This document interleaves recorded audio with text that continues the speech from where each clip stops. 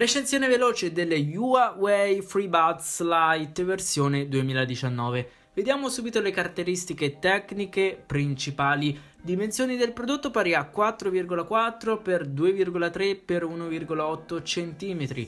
Forma delle cuffie in IR. Batteria litio che garantisce 3 ore di riproduzione con una ricarica, 12 ore di autonomia complessiva calcolando le 3 ricariche che la basetta garantisce. Insomma, metriche non tanto positive rispetto ad auricolari concorrenti.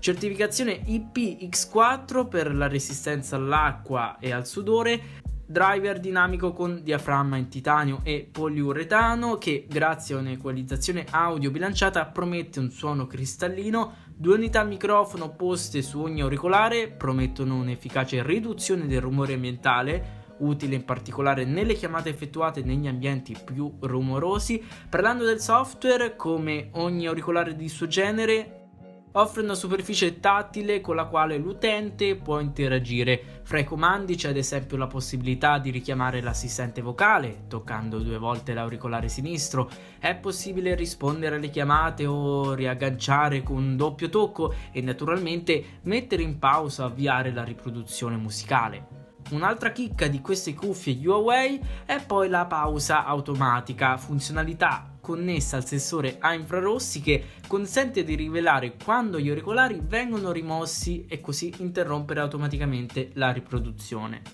Parlando di design, il colosso cinese si ispira al mondo del golf, o almeno così tendono a ribadire. Sono praticamente identiche alle Honor FlyBuds Lite. E concludendo, questi auricolari wireless mi sono piaciuti soprattutto per il software e la comodità, non tanto di estetica perché non è un qualcosa di esclusivo, però tutto sommato promosse per la fascia di prezzo.